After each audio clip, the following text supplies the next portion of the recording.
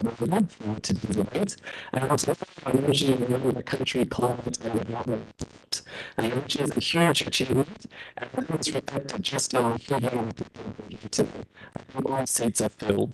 So I'd like to extend a warm welcome to our distinguished guests, including our ministers, our country directors, country managers, and also the ones joining online. I checked people checked out at least 30 people joining social and online press. So please do tweet today. Please do tweet with hashtag #GreenRwanda. Share the news, share the outcomes from the report so that more people can hear. So the report we're launching today is a pioneering called Diagnostic Tool that aims to explore the interplay between climate change and development and to support countries like Rwanda to identify high impact climate actions and also recognizing that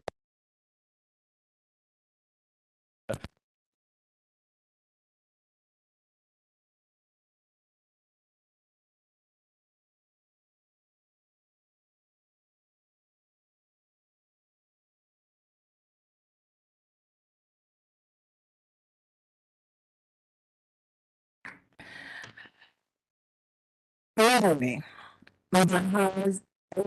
kazi. Bonjour, Maria Jean d'Arc, Minister of Environment, Honorable Claudine Uwera, Minister in charge of Economic Planning at Minecofin. Country Director Keith Hansen, Country Director of the World Bank, distinguished government representatives, distinguished private sector representative, colleagues from development partner agencies, and other distinguished guests. It is an immense pleasure to welcome you here this afternoon. One, because this is a core diagnostic of the World Bank, one of the few and first that we have done. Rwanda is part of 23 countries where we've done the climate change. So the country climate and development report. Secondly, because this is the first time that we're having a dissemination event in person since COVID. So it's so nice to actually see faces now, not just the screen, which I've been speaking to for 2 years since I've been in the country. So really honored to have you all here. This report that we're launching today highlights key policies and interventions to strengthen Rwanda's climate resilience in the context of Rwanda's Paris Agreement commitments and its development priorities. The World Bank Group designed the Country Climate and Development Report to inform potential green investments with a special focus on improving the understanding of the benefits and cost of climate action, prioritizing cross-sectoral policies to manage climate risks, and identifying opportunities for scaling up public and private sector response to climate change. Rwanda has made great progress in mainstreaming its climate commitments into national plans and sectoral strategies to prepare for climate change. With its 2020 revised national determined contribution, Rwanda stands out among its developing country peers in having developed a package of climate actions that holistically reduce emissions, build climate resilience, and contribute to meeting the Sustainable Development Goals. While Rwanda's contribution to global greenhouse gas emissions is negligible, its vulnerability to climate change shocks risks stifling the remarkable political, economic, and social progress that the country has achieved in the past decade. The consequences of extreme natural disasters, including frequent floods and droughts, dampen the country's prospects for sustainable growth. It also delays the government's ambitions to improve the health and livelihood of the Rwandan people.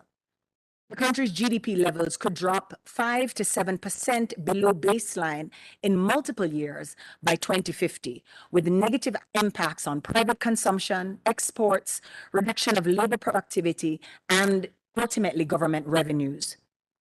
The CCDRs presents pathways for Rwanda to achieve its Vision 2050, the national strategies for transformation, and the Green Growth and Climate Change Resilience Strategy.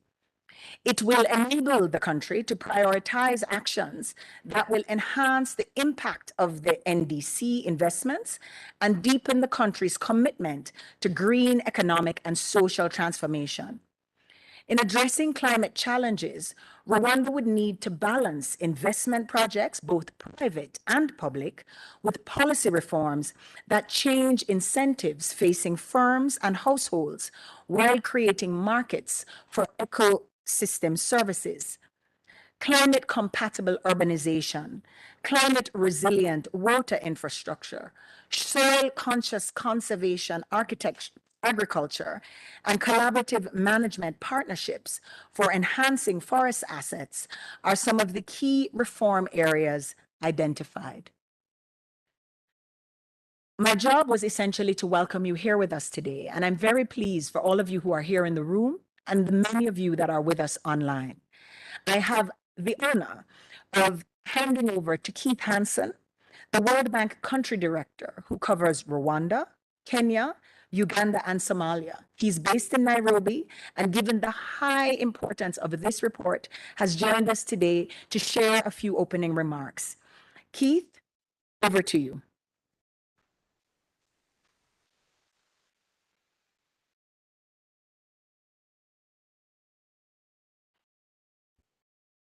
Good afternoon, everybody. Honorable Minister Jean d'Arc, Minister of Environment, Honorable Claudine Ouera, State Minister in charge of Economic Planning at MINECO-FIN, representatives of the private sector, civil society, other stakeholders, colleagues from the development community, colleagues from the World Bank Group, and ladies and gentlemen, good afternoon. I am delighted to be here today and to join Roland in welcoming all of you to participating in this crucial workshop on climate change and development. It is very encouraging to see such a broad range of representation here from the government, from private sector, civil society, development partners, from the media, and other key stakeholders. This clearly demonstrates your singular commitment and interest in this important issue of the interface, the interlock between climate change and development now. But even more important, you are the visual image. You are the example of the kind of partnership it is going to take in order for Rwanda and almost every other country to traverse this pathway for the next few years of moving on a green path toward its development goals. The Rwanda Country Climate and Development Report, the CCDR, is, as Roland said, one of the first wave in a series of a brand new product that the World Bank is rolling out with all our client countries across the world. Its main goal is to raise awareness of the nexus of the relationship between climate change and development and of how closely these things are interlinked. So in a few minutes, you'll see our panel present all kinds of data and projections and implications.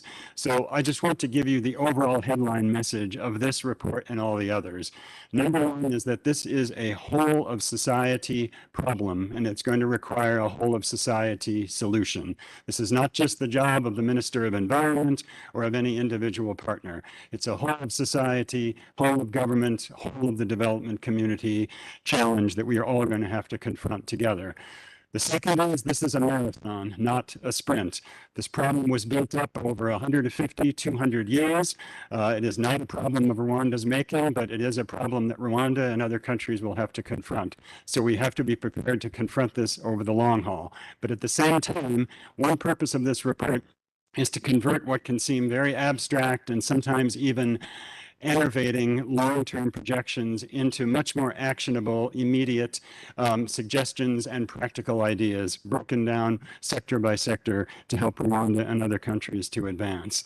Climate change is a crisis that we need to address together to help countries meet their development goals in line with the World Bank's vision of ending extreme poverty and boosting shared prosperity, and more important, with the country's own development goals. Quite simply, there is now no path to development that does not run through climate action. These two are so closely interlinked. And climate threatens to derail many countries' pathways to development that they have so painstakingly built over the last few decades. So the impact of the climate mitigation and adaptation measures that we implement in the coming years will define the extent to which the entire global economy can achieve sustainable development and social transformation that we all so dearly seek. So while recognizing the global action on climate change, we do have to realize the daunting challenge that lies ahead of us. This, of course, includes most urgently the need to reduce greenhouse gas emissions to meet the global warming target of no more than 1.5 degrees, in line with the Paris Agreement on climate change. But at the same time, there is a huge adaptation agenda, which is most relevant to Africa and to Rwanda. Adaptation now should be our motto going forward, because we are aware that the poorest countries in Africa and in other regions have been hit by 8 times more natural disasters in the past decade than they were in the 1980s. This is unsettling, to say the least, especially for Africa, which contributes the least to carbon emissions, but in some ways bears the greatest share of these devastating climate-related disasters. And we will hear more about that from the team in a moment. On top of that, the impact of the COVID-19 pandemic, of Russia's invasion of Ukraine, and predictions of an impending global recession have, of course, further compounded and complicated the challenge of tackling the climate change crisis. So we cannot afford to lose momentum or to lose ground.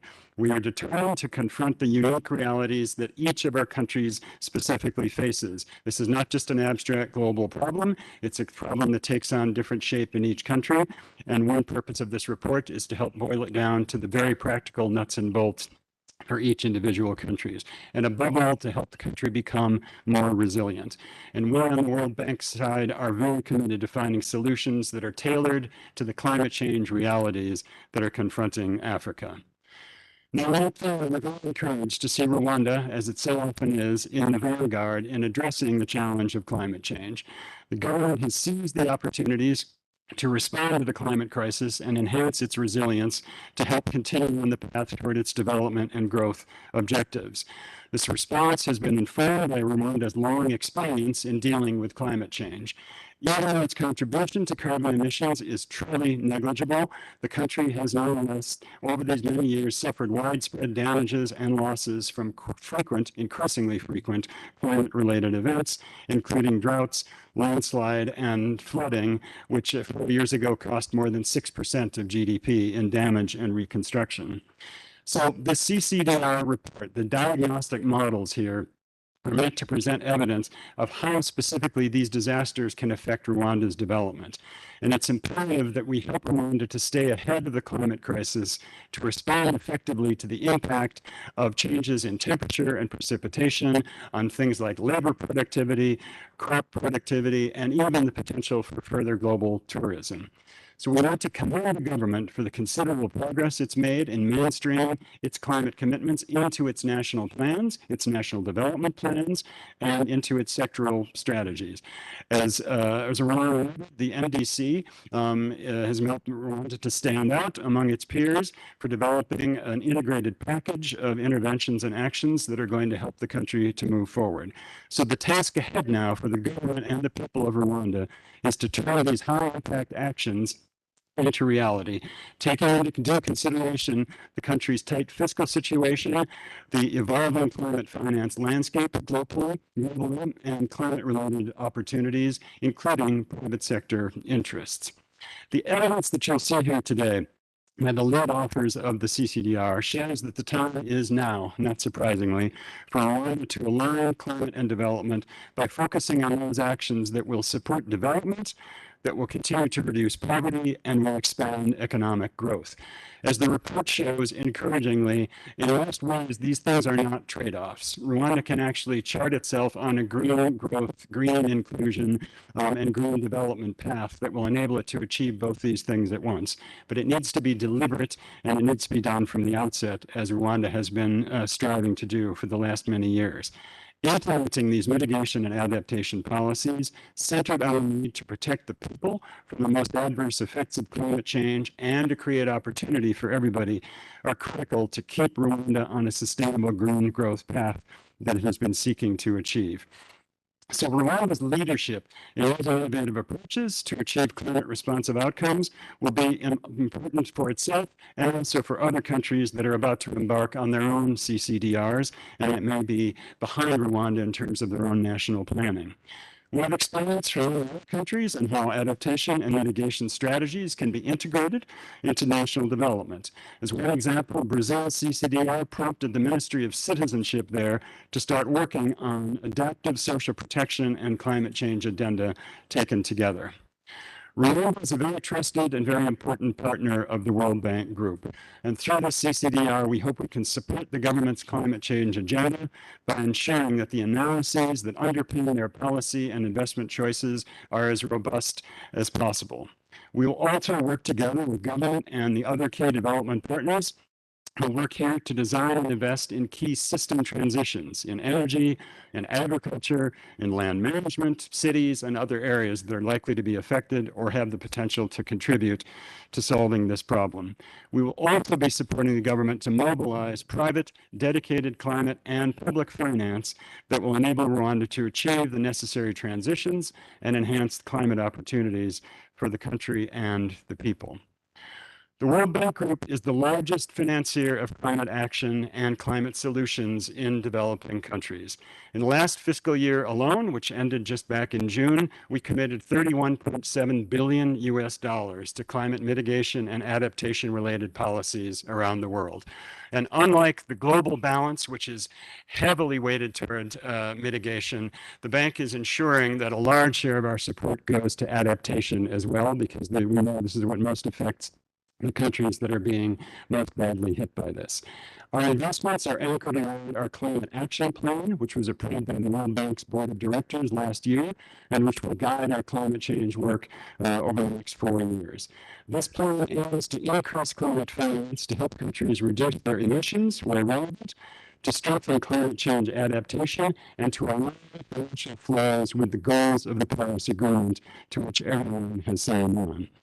The fundamental change of our time, according to this plan, is the need to tackle the climate crisis while still meeting the urgent development needs of our clients. And we need to do this by aligning our climate and development thinking, by prioritizing these key systems transitions, and ensuring adequate financing to support the transition from all possible sources. The World Bank's climate work in Africa is also guided by our Next Generation Africa Climate Plan. This recognizes that while Africa contributes the most to global warming, it is remaining at the sharp end of some of the most devastating impacts of the problem. So both of those plans focus on the interface between climate and development. They are guiding our commitment to help African countries to address the crisis, to enhance opportunities to grow their economies, reduce poverty, increase inclusion, and contribute to the global fight against climate change all at the same time. And the call for action is for countries to adopt people-focused climate change and mitigation policies that support the transition toward a green and sustainable economy. And as I said at the outset, these policies should cut across all sectors, and the whole economy will coordinate compatible private investments wherever possible. So I want to take this opportunity again to appreciate all of you for being here, for joining online, and for all of you who will be contributing to helping achieve these important goals. I'm confident that our engagement this afternoon and thereafter will help shape Rwanda's thinking and actions about a sustainable future. We recognize all the stakeholders who participated in the consultative process for the CCDR, and again, we are simply delighted to be here to be able to launch it today. So let me invite our team and our colleagues from the government to present the key messages and get down to brass tacks and what we all need to do together. So thank you again, congratulations to the team, and we look forward to working with you.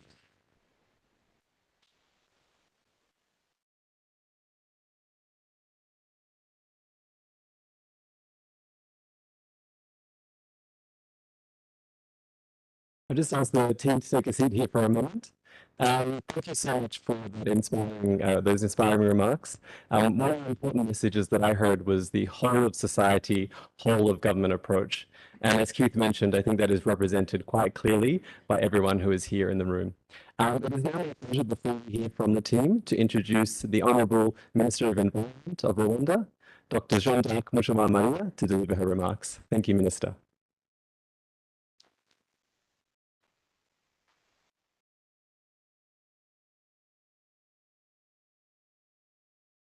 Thank you very much. David is a part of the Green Rwanda That's why he didn't want the team to come before we come. However, Mr. President, Mr. Philippe, co-chair of the EI sector and head of development cooperation of the Germany embassy, World Bank country director, Hansen, World Bank country manager, Laurent, CEO of BRD, distinguished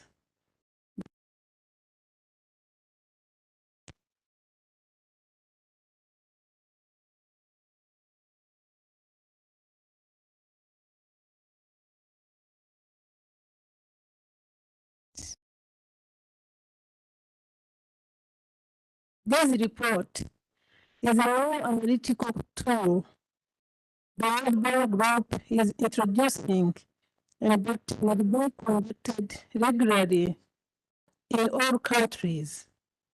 Rwanda is one of the countries where the World Bank Group has produced a country climate and development report.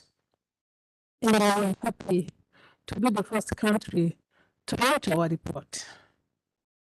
Rwanda was selected as one of the first countries is important for two reasons. First, Rwanda's economy is vulnerable to climate shocks, and building resilience is central to realizing that country's long-term development ambitions. Much of Rwanda's economic output, employment, and export revenue depends on natural resources, our natural capital. Climate change threatens to undermine future economic growth and poverty eradication. That is why the country climate and development report can help to inform policy and investment choice about how to undertake low carbon resilience development. Second, Rwanda has made considerable progress in developing a green vision for the future and integrating climate action plans, international development strategies. For almost 1 year, the country climate and development report we are launching today has been prepared in a consultative manner, drawing on expertise from across the World Bank, International Finance Corporation, and the Multilateral Investment Guarantee Agency. As our country has decided to make sure we develop research-based policies and programs, I am pleased with the recommendations provided in the report. They provide useful guidance on the areas and sectors which face challenges and how to address them to attract greater investment for climate resilient and low carbon development.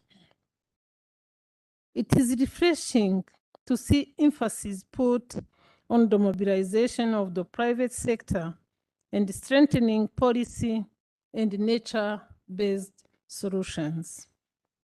The country climate and development report will serve as a tool for the government and all stakeholders to reduce greenhouse gas emissions and boost adaptation while delivering on broader development goals.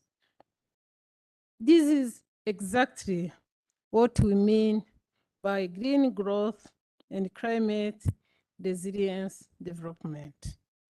To conclude, ladies and gentlemen, I would like to thank all of you, all those who played a role in the process of producing this report. I'm confident the report will position Rwanda to attract more green investments from the World Bank and other financial and funders as we work to achieve our vision of being a carbon neutral and climate resilience nation. I thank you very much and wish you fruitful deliberation. Thank you.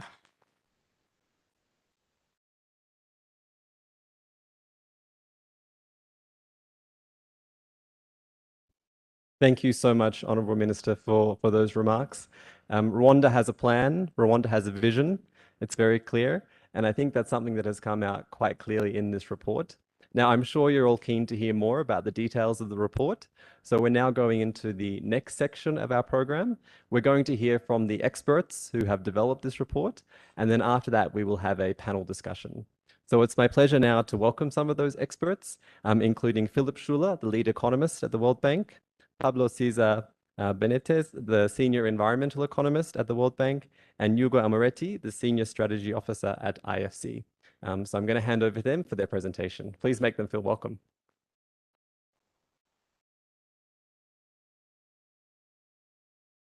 Thank you, Dave. Honorable ministers, distinguished guests, all those here in the ballroom here, but also out watching on YouTube. Thank you for the opportunity to present this report. As was mentioned, we've been working on this for quite a while. It's been a very big team spanning across different parts of the World Bank Group.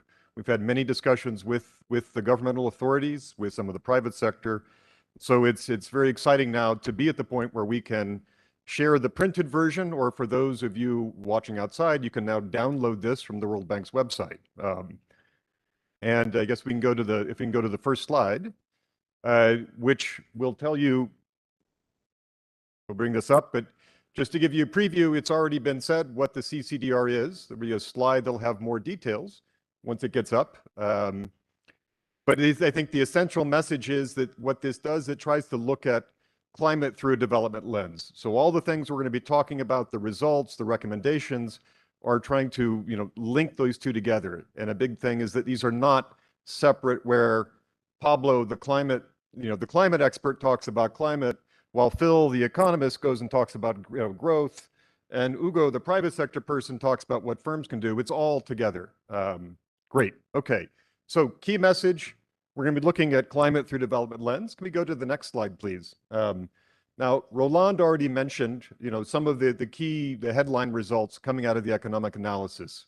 And just to give you a kind of a sense of where those numbers come from, we were doing some modeling where we look at take the rainfall, temperature changes, move those into an economic model where see how those affect land, labor, capital, productivity, et cetera. So for example, if there's a flood that wipes out land through erosion, wipes out buildings, trace that through the economy to see how it affects output, how that affects incomes, how that affects the capital that needs to be reinvested, et cetera, all in a holistic way. And that's where you come up, and if you get to the right-hand side, or if you look in your books or your download, you see some of the results that, because the climate is going to be more variable in some years, as much as perhaps a 5 to 7% lower level of GDP than in a world where there is no climate change.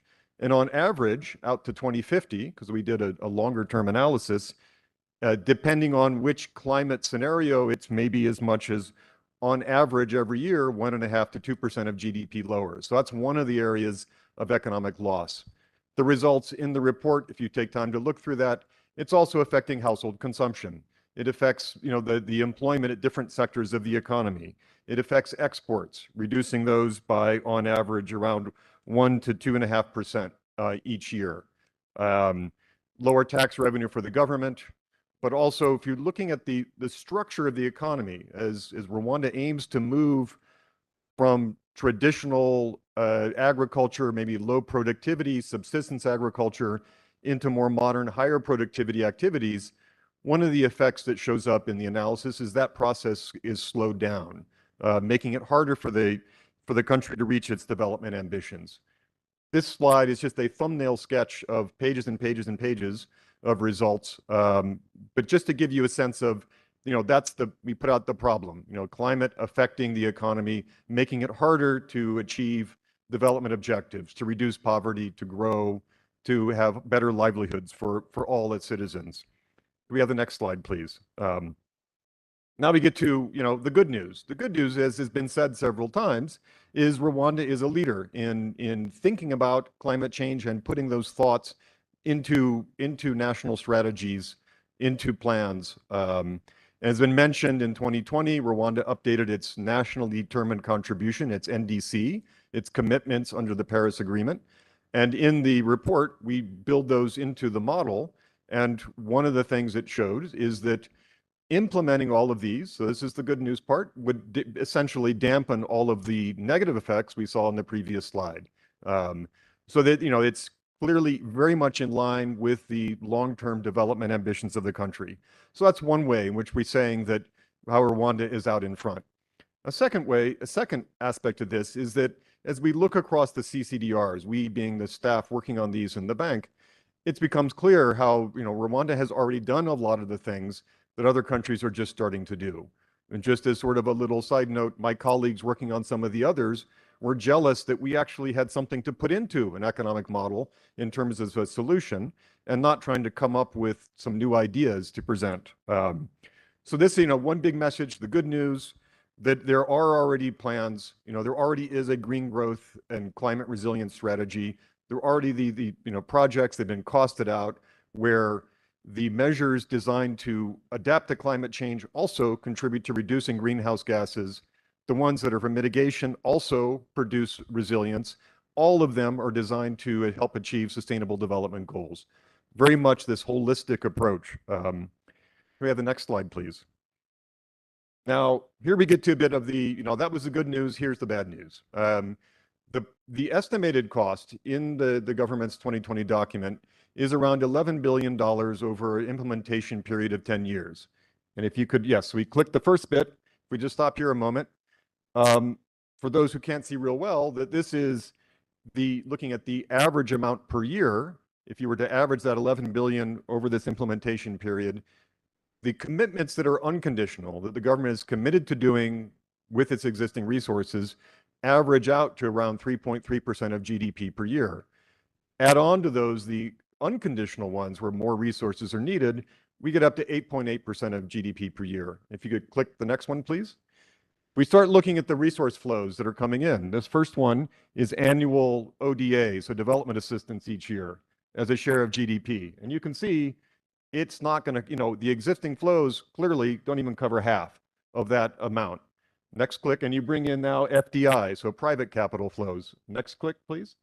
Look at the government's borrowing, so the government finance from abroad. These kind of, these are small compared to that. Government revenue. And then finally, the next click is we'll click one more time, would be the public investment program. So there clearly is a financing problem. It's great. Everything is well costed, well designed, informed by analysis. The challenge is going to be mobilizing the financing. And thinking of what the government's options are, raising taxes comes with costs. Cutting other spending comes with costs. There's also economic effects of massive inflows of foreign capital. So all these things have other consequences. If we can go to the next slide, please. So what does this mean? Now, just on the thinking about the financing part, one thing is to think about spreading out the implementation period. So it's less of a challenge each year. Also sequencing, doing the highest priority things first, because it's vitally important to create fiscal space for these to avoid accumulating more debt and making the public finances unsustainable. So there's those kinds of actions to think about the public investment. A second sort of things, and this will be detailed in much more by Pablo and Ugo, is to think about policies in addition to projects. What kind of property rights can be established over things that are common resources, so there's an incentive to invest and protect natural capital, the natural wealth of the country. Also to think about what would be the possibilities of creating a green finance, green capital markets in the context of the government, of the country's market development. So think also not just about how to make it easier to spend money and finance, but also what are the ways to make this work throughout the economy. And at this point, I'm going to turn over to Pablo, who is going to start going through many of these recommendations. Thank you.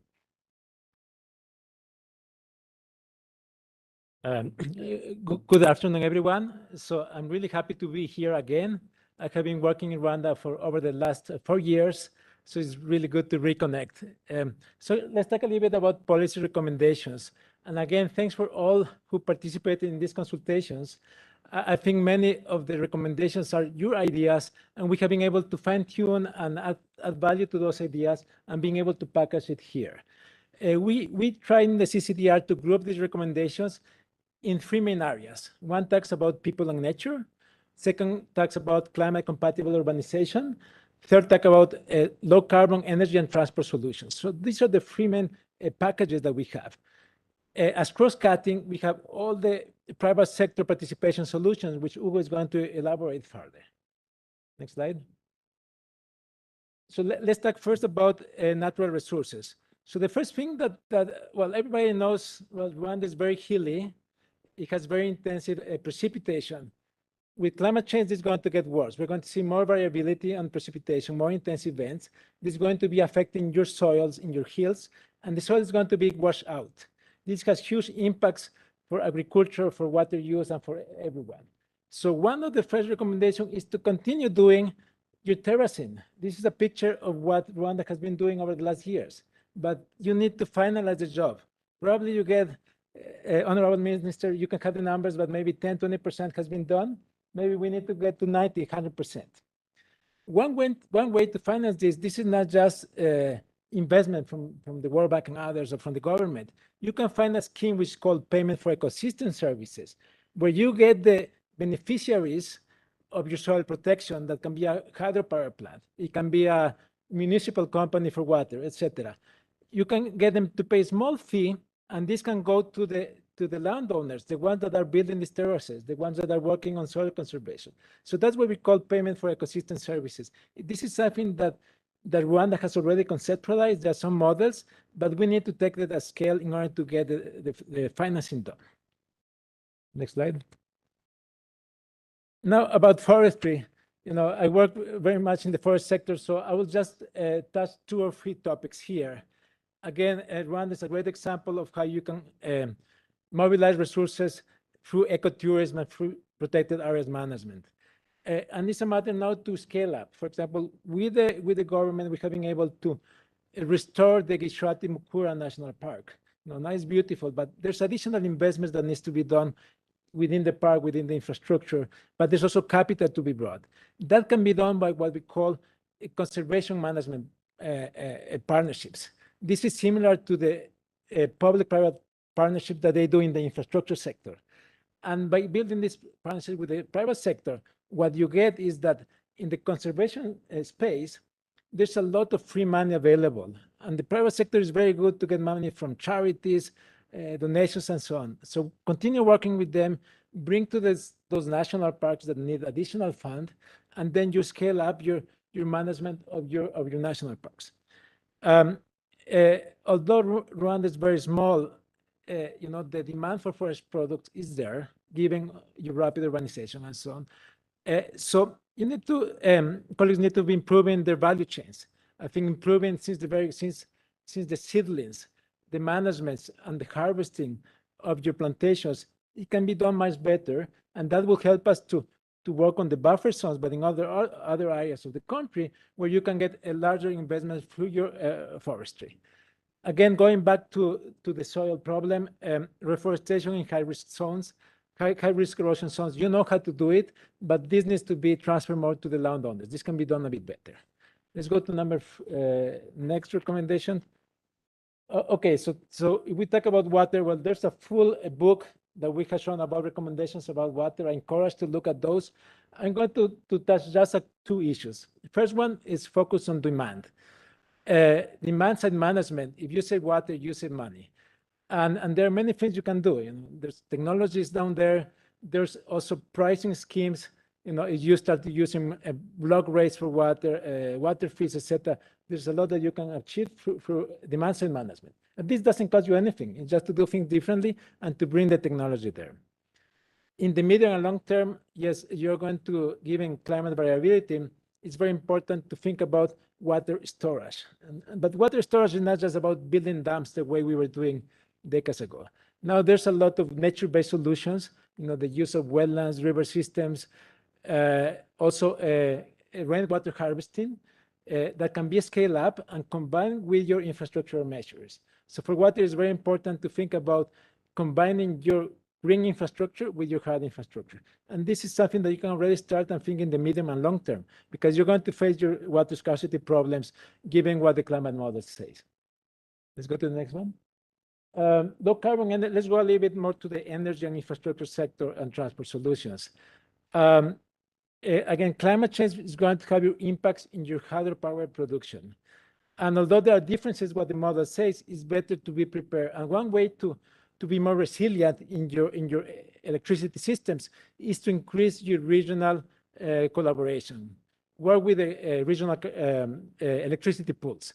There's main producers in East Africa that you can work on. In the future, even the DRC, there are investments that who knows in the future if they materialize. It's a matter to be part of those power pools, and then that will help us to, when you have your power production low, you can benefit from the pool and access electricity from the pool. So that's one of our key recommendations. We understand that at the moment it's very urgent to focus on the supply and energy access. We understand that there's some peat power plants that have been built, which are important, but in the medium and long term, I think that the regional power pools and also expansion of renewable energy can help you to diversify down the road. So something to think about as well. In terms of transport, there are many things that you can do, and you're already doing in terms of policies, incentives, simple things. Well, you can look at fuel standards, efficiency standards. This will help you also, save fuel imports, which is a major issue. For example, in the case of Rwanda, since you don't have your own oil, but also you can think about scrapping vehicles. There's an end life of vehicles, and air pollution. You start to see some air pollution challenges in Kigali and other cities. So it's important to put an end life to try incentives for scrapping and recycled vehicles after their lifetime. And then the last area where we have policy recommendations is what we call climate compatible urbanization. So Rwanda has a very rapid urbanization pattern, which is very challenging for us. I think that the most effective way to mainstream climate change into your city planning is to do at the very beginning. So you have your city master plans, not only for the city of Kigali, but for your smaller cities, secondary cities, and other cities. It's important to get that plan right and to mainstream your climate and nature considerations since the beginning, because it's easier to do the planning right than to try to restore your city afterwards. At the moment, we're working with REMA on the Rwanda Urban Development Project, which is trying to bring your wetlands back to life and help us to build that resilience. If the planning was done 30, 40 years ago, the wetlands will be there. We don't need to invest that money. So moving forward, also with the secondary cities, think a lot about your strategic planning. In terms of enforcing your regulations, Rwanda has done a great job in establishing your one-stop centers that help us to control land use, zoning, etc. But they don't have money at the moment. But there's already an established process that there's a fee that comes from your construction permits. So we have recommended, have a look at that fee. Maybe that fee can be modified in a way that there's more funding for these efficient one-stop centers. And then the last one, of course, for new developments, the private sector can do a lot in bringing you green developments for urban areas. And then again, these are areas that my colleague Hugo from the AFC is going to be emphasizing. So again, from us, we have a big team from the World Bank. We're very happy to work with you in the implementation of these reforms. And of course, the IFC is going to help us on bringing the private sector on board. Thank you very much.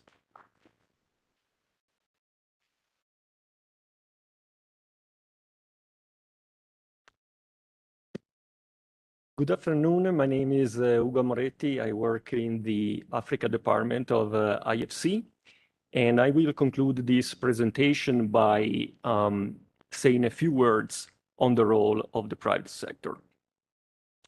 We heard in the presentation that there's a large price tag for the implementation of the 2020 NDC commitments, and clearly the public sector alone cannot shoulder the burden of this financial commitment.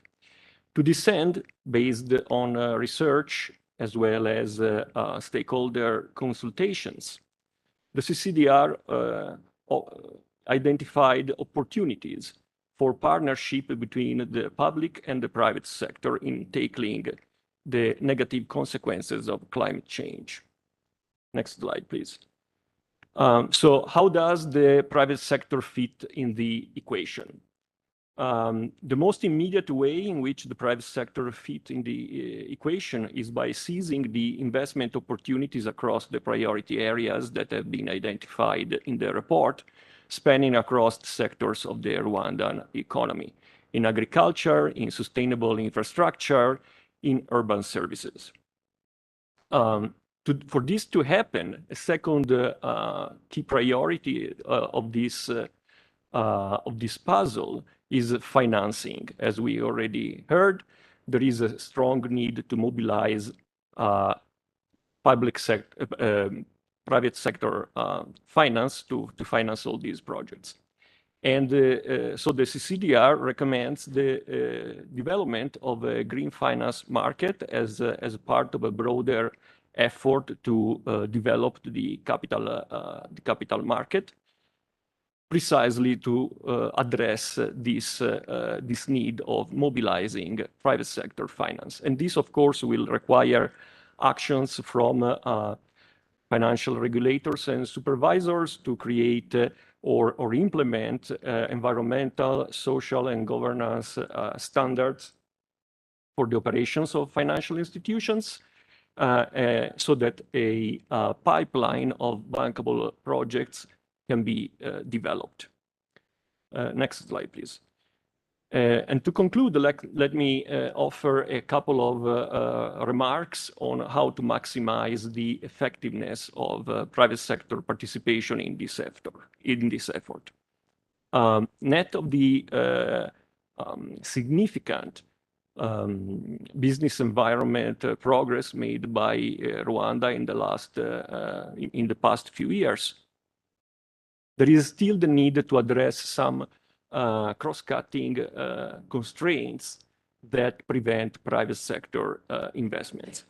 And these include the high cost of energy, transportation, and finance, the level of skill available in the workforce, which affect the productivity of firms, the impact that state-owned enterprises have on competition, as well as the small market size of the country, which, in absence of further regional integration, cannot allow to scale business solutions. And the last point that I would like to make is about selectivity. Of all the priorities that have been identified in the report, obviously there are some priorities that are stronger than others. And keeping in mind that obviously resources are not unlimited, it will be important to be selective in trying to channel these resources towards those solutions that can maximize the effectiveness of private sector participation. With this, I'll stop here and I'll give back the floor to Dave. Thank you very much.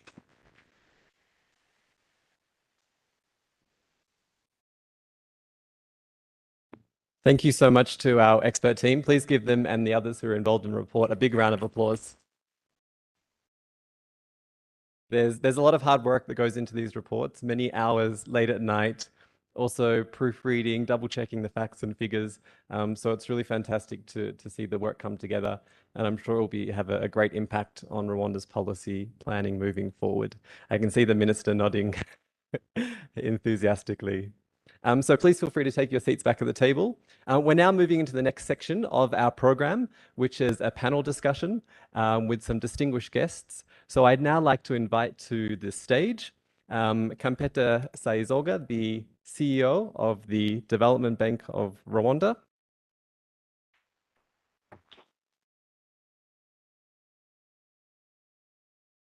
Beatrice Chiza, the Director General of Environment and Climate Change at the Ministry of Environment. Sunday Kabarebe, the CEO of Energy Private Developers.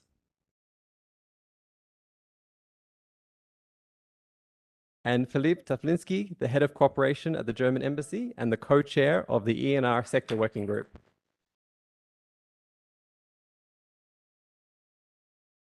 Let me join them as well.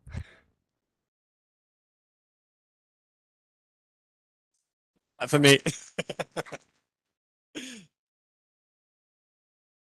Thank you so much to our panelists. I hope this mic is okay.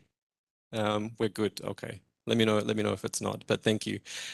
So the discussion that we're going to have today will reflect on the report from what we've heard. It will look at the challenges that the report has illuminated, and we'll also look at the opportunities to fast track Rwanda's climate resilient development. So we're very lucky to have a distinguished panel, representing a broad cross-section of the different stakeholders here. After this panel discussion, we're going to have a Q&A. So if you're watching online in the audience, please do note down your questions. I may even be calling on a few people who I can see in the audience who I know. So get ready for that. Within the report presentation, we've seen that it's very clear that an all hands on deck approach is needed to achieve Rwanda's climate vision. And so that's why it's so exciting that we have this really diverse panel. To begin with, I'd like to turn to CEO Pichet. Basically, we've heard that Rwanda's NDC Climate Action Plan has a very high cost, $11 billion over 10 years, and could require spending an average of 8.8% of GDP per year through to 2030. So the report is telling us that implementing the report will require not just public finance, but also private finance. So I would like to know, how is the bank mobilizing private capital? And what are the key actions that we need to increase private capital for the NDC plan?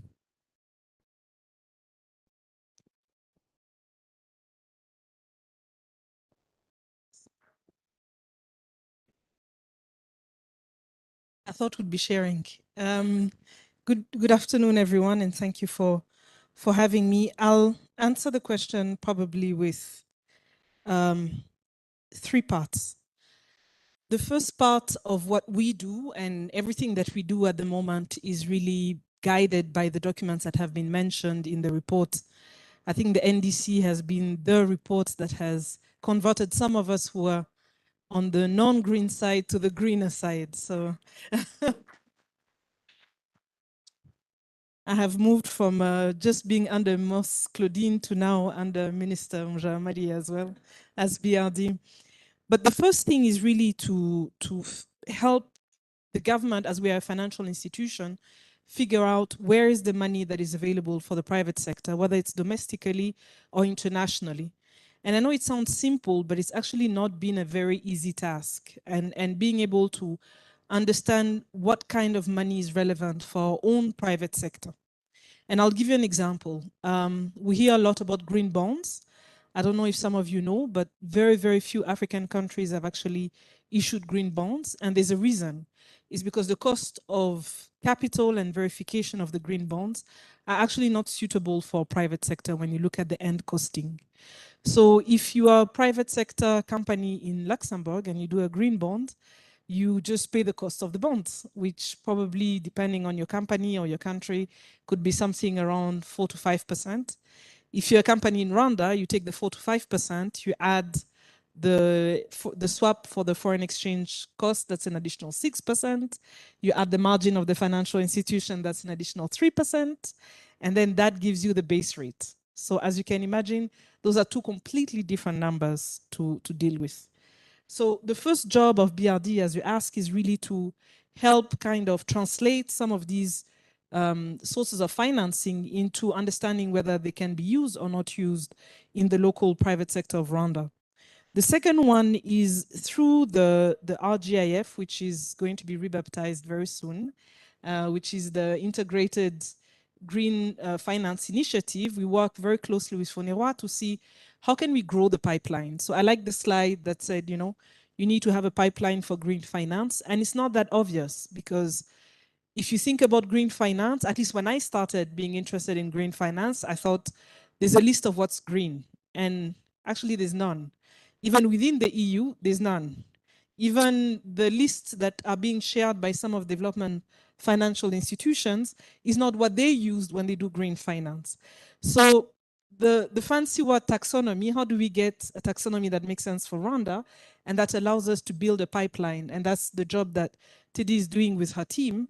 And what we are looking at is on our side, is that list eligible for green financing based on the requirements of the development partners.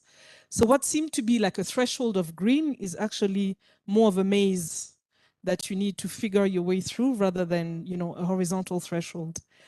The fourth thing that we do, and I was smiling when I was looking at the slides from the report about ESG, is that we are actually the conduit of government for a lot of financing that goes on to financial institutions. So basically we do wholesale lending, if you'd like. So for example, now we are managing the Hatana Fund, which is a government fund for economic recovery, which is actually funded by the World Bank and AIB. And one of the things that we do is that we provide technical assistance to all the commercial banks of the market, and we help them define their own environment and social management frameworks that are approved by their board. And that is a condition for them to be able to access the Economic Recovery Fund. More than that, we help them now conduct the screening tool, implement the screening tools. We hold their hand all the way until their teams understand what ENS actually is. And that unlocks capital on their end.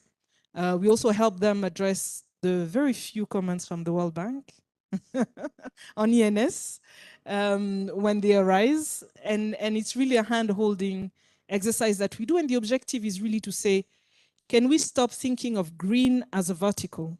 Can we look at the money that's going for manufacturing as being considerate of ESG standards, not because of the development partner, but because, as you said, Rwanda has a vision. So if we want all the private financial institutions, meaning all the banks, the SACCOs, the MFIs, to start thinking about being environmentally and socially aware and playing an active role, somebody needs to hold their hand. And we have made that our job at BRD. So that has been a journey. It's not been easy, but we think in the long run, this is what will pay.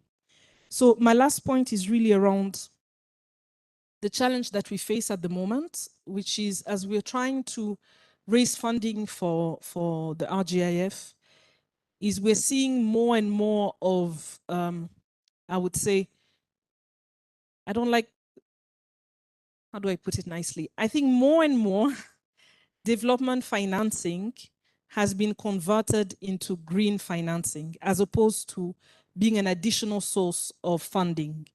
And the key question that we ask ourselves is, I totally agree with Keith when he said, you know, Rwanda was not a polluter, but now we're being affected by what's happening. So that's why we play our role, partly because we want to be part of the solution at the global level, but also because at the local level, it's even a cost to our budget already when we see all the floods and everything. But the question is, should Rwanda go into debt because it wants to contribute to the global solution? And I think that's a different question. Who should really pay the cost of this additional cost towards green solutions? And I think this is where we're kind of stuck at the moment, because when we look at the headroom that we have, and I'll talk about BRD, for example, for credit lines and financing, the money that is available is within our headroom. So now we have to make a decision as to, do we invest in manufacturing or do we invest in, you know, RGIF? And that kind of feels like an unfair choice because we did not cause this situation. And there's a lot of money out there for technical assistance, for studies, but not a lot of money for investments in terms of additionality. So we are at a point where I was smiling with Teddy when the report was being presented, because I said, we finally all have a meeting of the minds, because I feel like it's the same recommendations that keep coming, which is great. It shows that we know what we need to do. But when do we get to that step when we actually back it up with additional financing to make it happen? Because the original needs of development of all private sector have not disappeared. Thank you.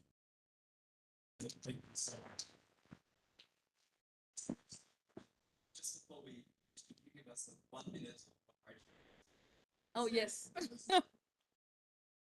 So RGF is basically a new fund that's being set up by the government and that's being executed by FONERWA, the Rwanda Green Fund, and BRD.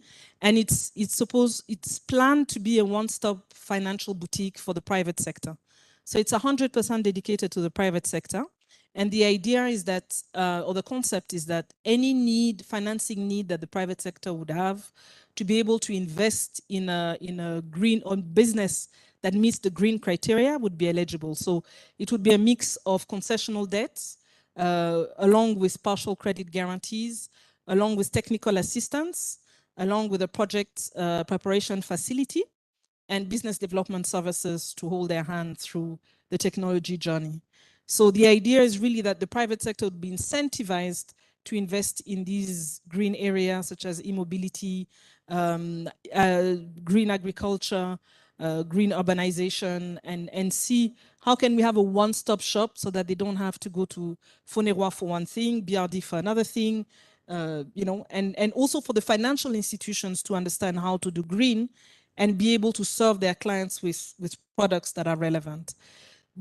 The key assumption is that if we're able to provide these concessional instruments, that would help convince the private sector not only to invest in these areas, but also to bear the cost or to share the cost of what is often a technology risk.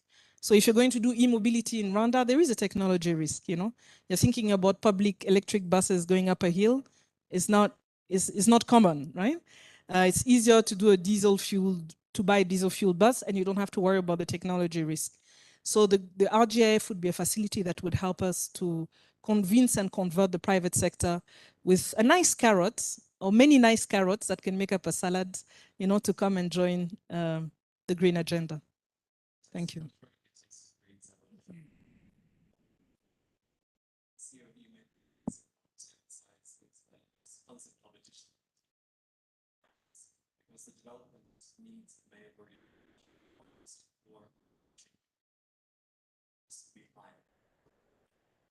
So I'd like to turn now to hear from environment about some of these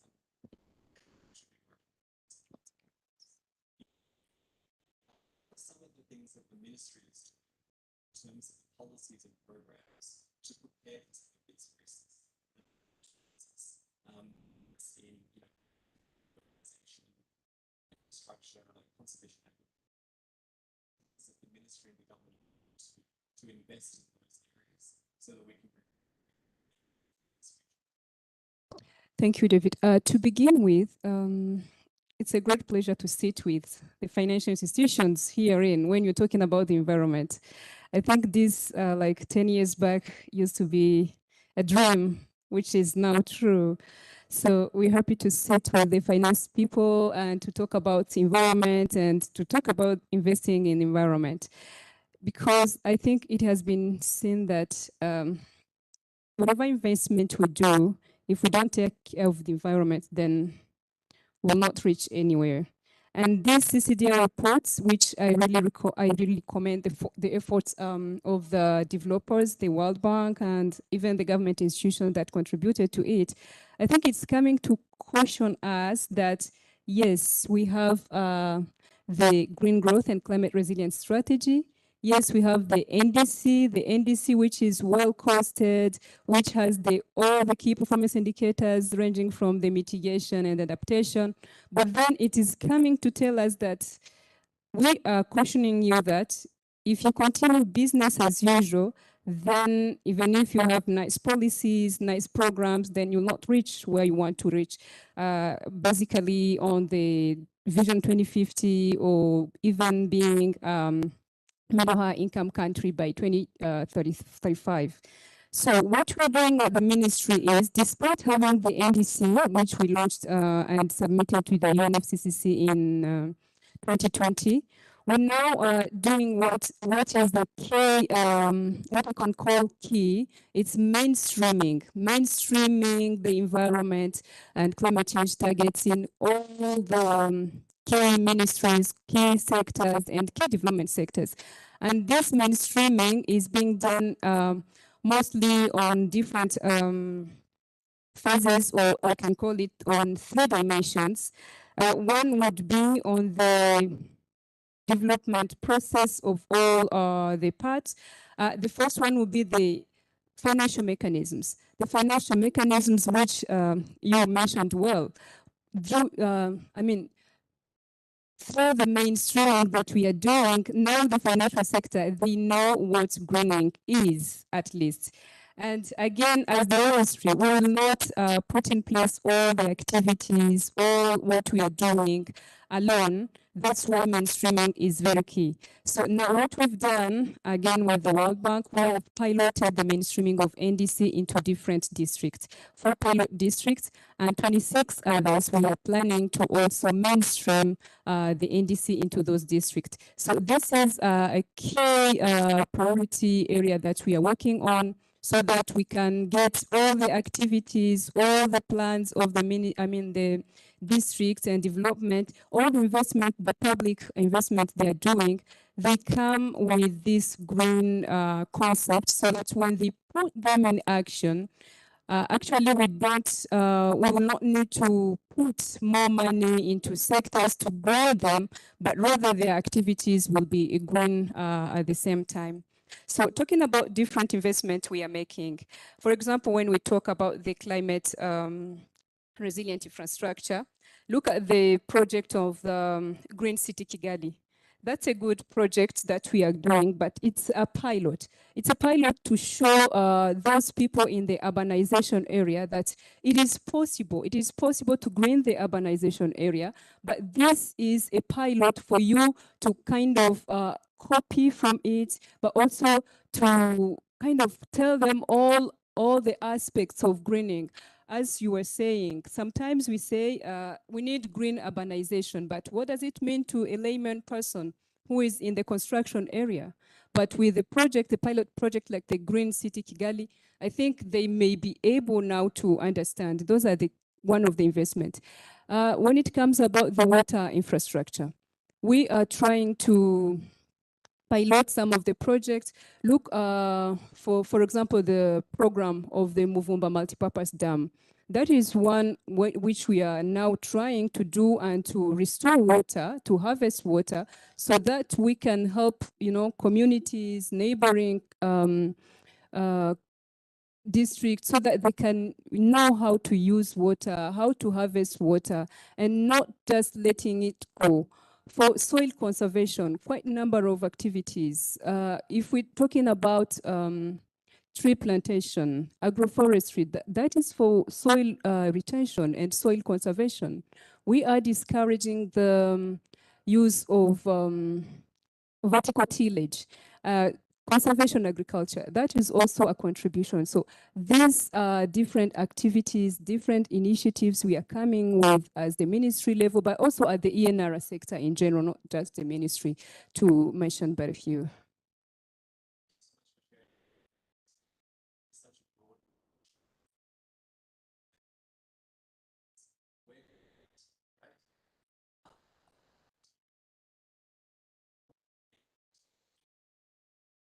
Well, what we're doing is people are coming to us nowadays, but also mainstreaming, as I said, but capacity building and awareness raising is also key. We're also going to them. We're going to them if we are, like, for example, now we're having, we are trying to assess how to work with different sectors, mainstream NDC and DGCRS into key sectors now. So we will develop checklists, we will develop manuals that tell different sectors what do we mean, like in infrastructure. When we say greening, we will tell them all the key performance indicators they can be looking at for them to green their sector. And if we go to agriculture, same, we are working together with them to develop those. So it's not just sectors coming to us, but we're also going to them, and not only the public sector, by the way, we're also going to the private sector to also work with them. Yeah.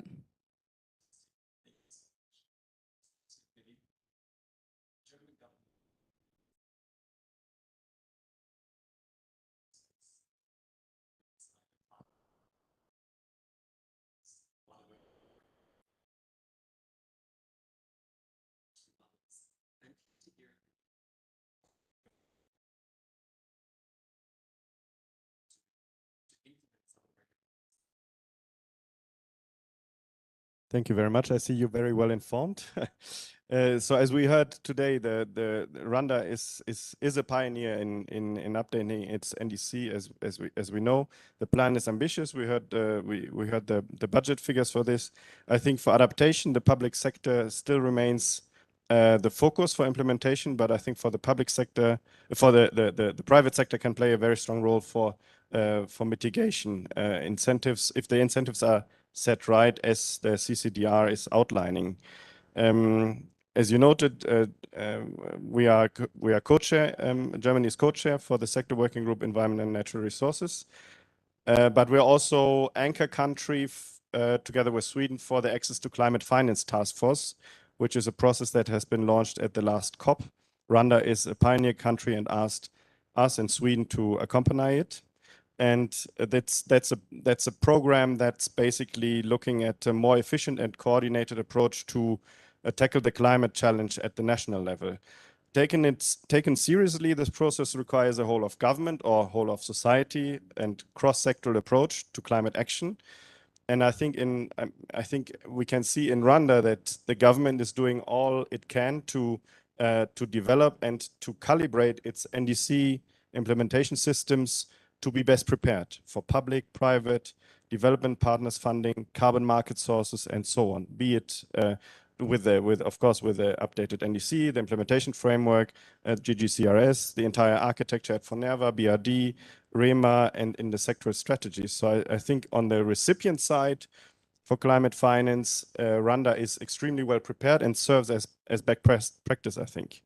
On the provider side, when we're coming to the DPs, I think, of course, it requires the DPs to work together, including on initiatives that aim at providing incentives for private sector in this, such as the RGIF, as Campetta explained, or the Sustainable Finance Roadmap, for instance. We can see here in Rwanda also very strong ownership for NDC implementation. And I mentioned the Access to Climate Finance Task Force.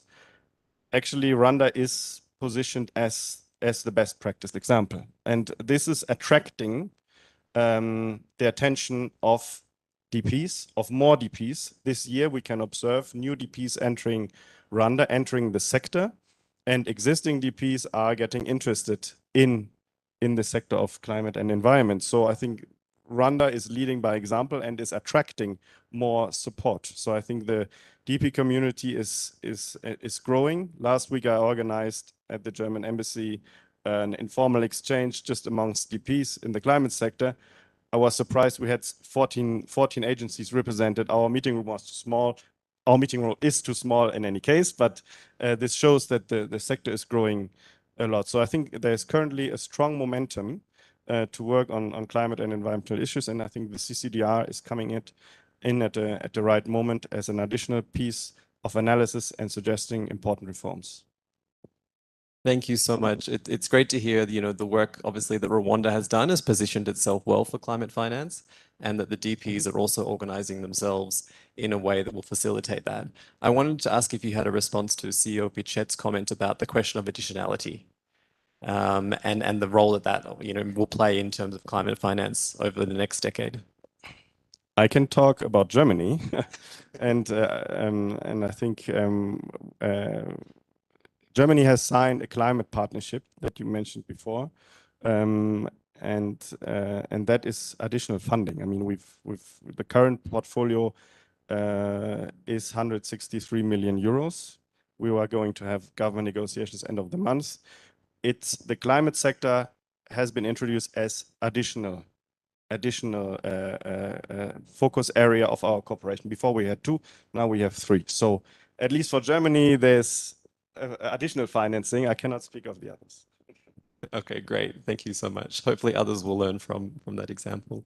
One of the key things that we heard in the report was about the importance of, as we mentioned, the all hands on deck. So I want to go to Sunday now as a representative of the private sector.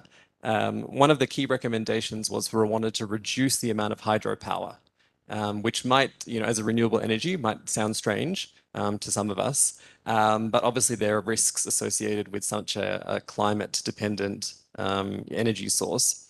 So a question I have for you, Sunday, is how do you think Rwanda could progress that objective? Is it the right one in your perspective? And what role can the private sector play? Thanks, Dev. This is a complicated response given the fact that some hydro developers are in this room. So, Mr. Tai and your team, we're not going to do away with hydro. Yeah, yeah. I like the Rwanda energy mix. The fact that the government thought about the dissemination of the on-grid and off-grid. I think the numbers are really good in the renewables. In our association, the Energy Association in Rwanda, we find that most of the work that we do on a day-to-day basis is focusing on renewables. That is in lighting, productive usage, and clean cooking. These are our priorities, and of course, they have something to do with climate change.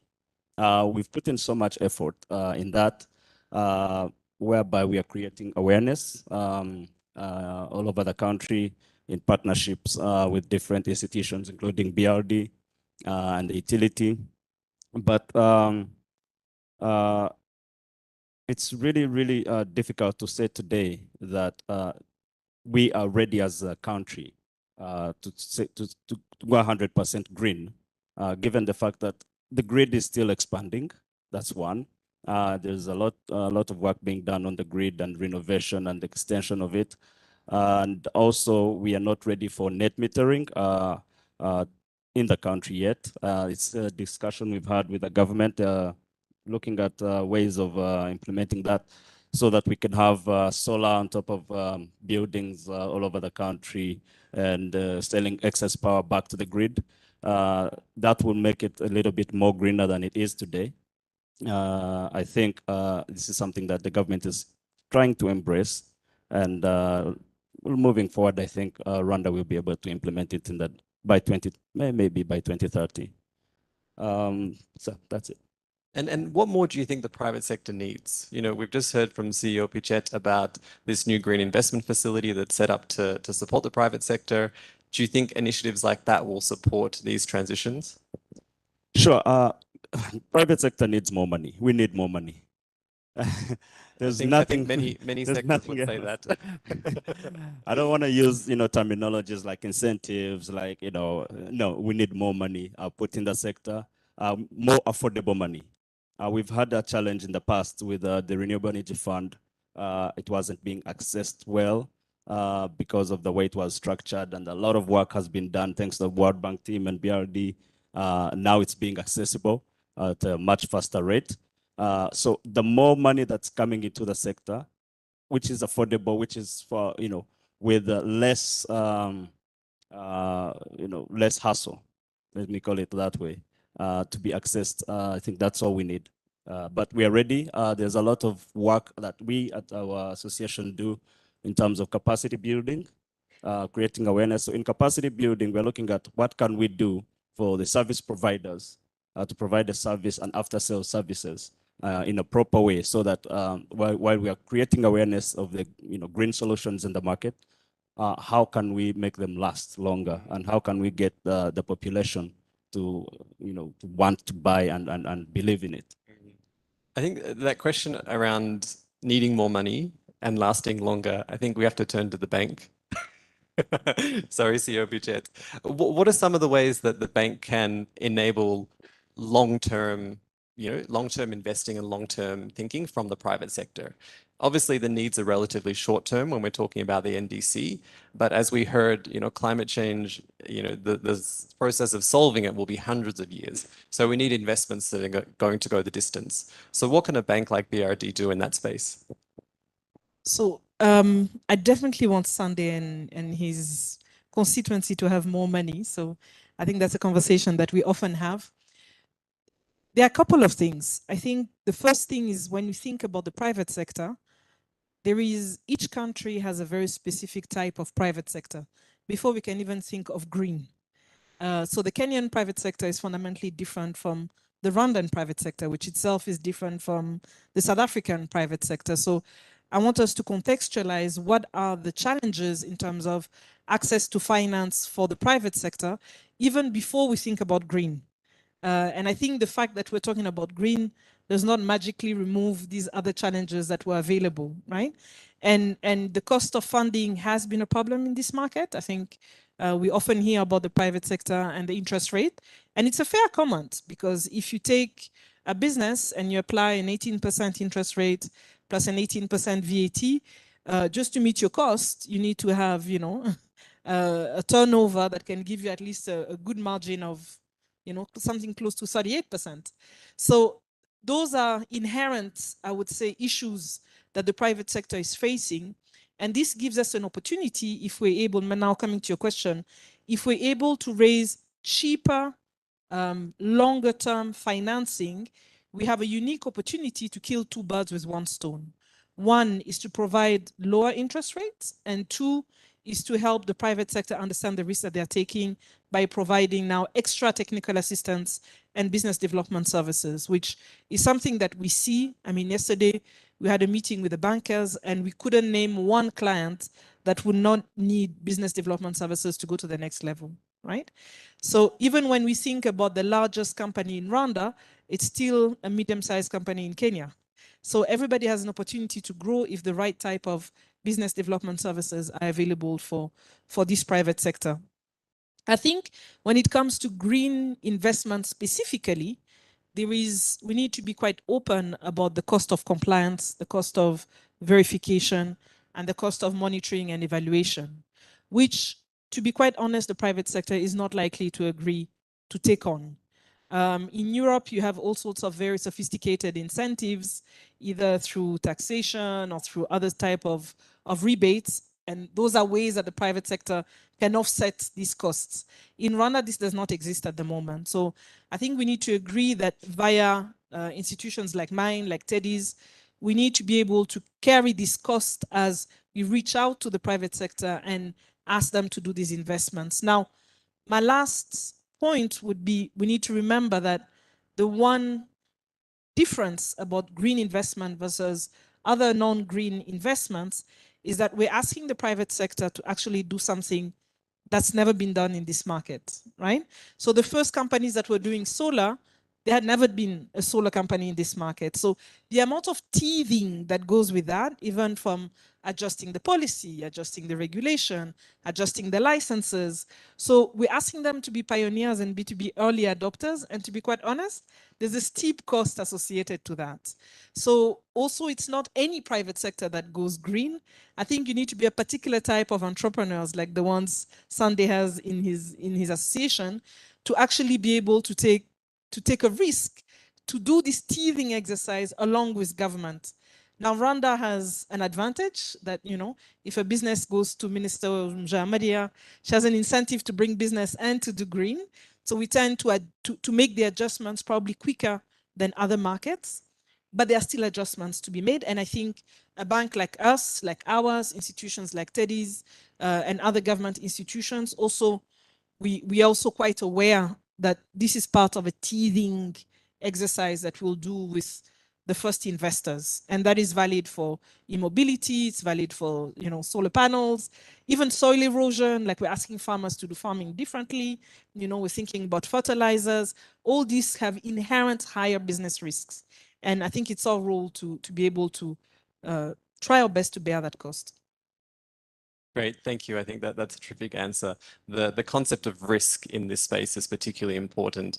We heard, last week at the UN General Assembly that some of the larger finances are operating like AAA banks and not carrying the risk that they potentially should given this. So I hope the support will be there for BRD to carry some of that risk.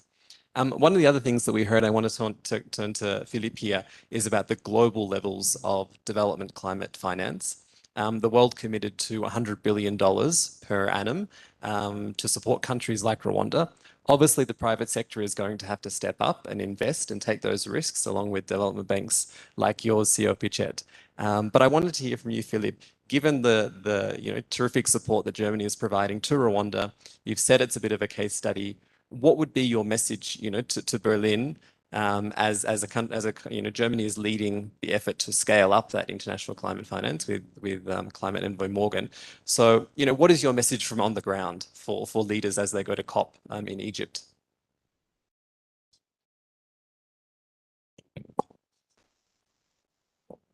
Thank you very much. I think you indicated in the earlier question that so Rwanda is leading by example, and I think this is also what attracts development partners and climate finance. I indicated that we have the climate partnership. This is from the Development Cooperation Ministry that Minister Schulze signed with Honorable Minister Jeanne d'Arc on 1st of March and Honorable Minister Dr. Uziel. It's about supporting NDC implementation with focus areas of sustainable urbanization. Green City Kigali is one of the projects. Waste management is another one. Working strongly with FONERVA on establishing an NDC facility. So I think we have countries like Rwanda that show that they not only have the plans, but they also have the implementation power. Yeah? And that does attract support. In our case, not only from the Ministry of Development, but Cooperation, but also our Environment Minister came here in July, had bilateral discussions on what is possible. Our Federal Foreign Office is looking at, is now financing a youth dialogue project with view to the international climate negotiations. And our Ministry for the Economy and Climate Action that has been established end of last year is also supporting efforts on carbon markets. So I think there is not much more to say than support those who show that they are ready. And let me just take the opportunity to explain a bit also on where we shift our support in Rwanda. I mentioned the work with FONERVA. We've been for many years since the inception of FONERVA 10 years ago, been working together on adaptation projects and districts with grants. And the support is now shifting to a more programmatic level approach by supporting the public sector oriented NDC facility at FONERVA. Other DPs are invited to join as well. I know there are other facilities that are also going to be launched soon. So I think Rwanda is ready. I think that's the key message. And while looking at where to put in which basket to put the eggs, I think Rwanda is a very good one. Great, thank you so much. Just before we jump into the Q&A, I want to hear from each of you. We'll start with Sunday. What is the key message you're going to take back to your association, to your team from today? What is the one thing when you go back to your maybe senior management meeting, association meeting, from the recommendations that have come through, from what you've learned from today's report? I want to hear from each of you. What is the one thing that you want your teams to know that you've learned today? Thank you. I think the private sector will be thrilled to hear about this report and knowing that there are so many efforts being put together to bring in funds into the sector. I think that's what the private sector wants to hear. It's more about funding and funding and funding. More money is on the way. That's it. Yeah. Okay, terrific. Over you to DG Beatrice. Thank you, David. I think the message is we need to put in actions the NDC commitments. as the CCDR is just cautioning us that if we don't put these actions, if these activities into actions, this commitment into actions, then we may lose the GDP, we may lose all the development we are, looking for. So it means all hands together, all the sectors together, ranging from the public sector and also the private sector, but also the finance sector, most importantly, to come and, inject in some investment, their capital, so that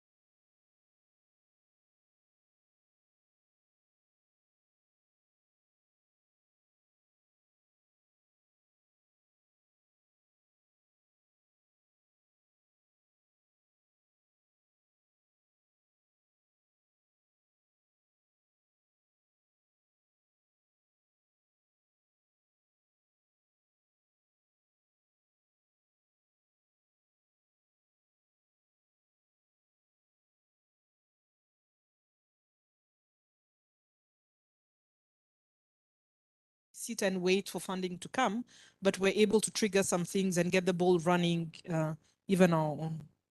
Thank you. Fantastic. Thank you so much, Philippe. Thank you. Just to add on what's been said, I think the discussion today and the report show that, of course, the private sector has a very strong role to play, and that it is our role. It's the role of governments generally to create these conditions for green investments. So looking at de-risking and incentivizing investments, and I think that's something that in the group of the development partners, that's something that we would be looking at as well, huh? and to push even more the momentum here. Yeah. Great. Thank you so much. Really appreciate that. Can we have a round of applause for our panel? Don't leave the stage just yet. Oh, so CEO Pachet, I know you do have to step out early, so if now is the time, please do feel free. We're now going to turn to a Q&A. There is tea and coffee that's going to be coming around in a few minutes. If the organizing team could arrange that. And maybe we can get someone to help with the microphone. We may need to take one down from the stage. I'd love to hear from the audience. We have people from the public sector, private sector, development partners, old friends, new friends of the environment. If you have a question for the panel, we'd love to hear from you now. And also for the team who is monitoring online, if you hear any questions or that come in through YouTube or through Zoom, please do share them as well. So if you get one of the World Bank team to come and grab the microphone, the second microphone, that would be terrific. Do we have someone from the World Bank team? Roland, thank you so much. Amazing. Perfect. We just heard more action. We're seeing action. We have a question up towards the back. Thank you. Thank you. I think mine is just a thank you for this inspiring discussion and panel. And I think I pinpoint two things. We need to have innovative financing and financing engineering, I would call it this way. Because if you want to get all those instruments, I would call them animals, green funds, green fund, all the funds we are mentioning, we need to innovate a lot. And one of I'm just sharing some testimonies. We had the APAC talking of trust funds for conservation. We had, I think, the discussion, the forum discussion just before PTZina. We had a discussion on business in conservation. They are talking of all the testimonies of people turning their project into attracting carbon credits, even in Savannah, which is not totally no forest in it, but they attracted carbon credits. So I think as we are looking, and I liked very much the CEO talking about domestic, because we have also Go Green. Go Green is a corporate social responsibility. Companies like Inyange and others are putting already their own resources into the process. I think this ecosystem, it will take us somewhere. And the traditional project we do, we turn into catalytic projects that are looking for catalytic funds to leverage other fundings. I think that is the future, but we need more of those initiatives. Thank you.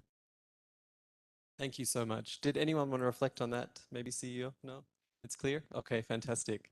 Another question? Don't be shy.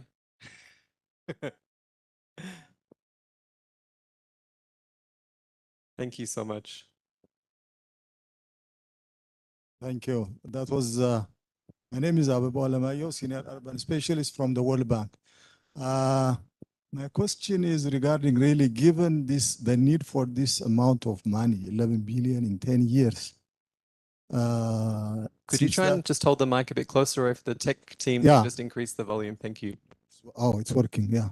Okay, given, you know, the amount of money needed for climate action, which is around 11 billion, and I'm sure that some of the money has to be also mobilized from the private sector and so on. I know that some of the climate actions are mitigation and some of the actions are adaptation.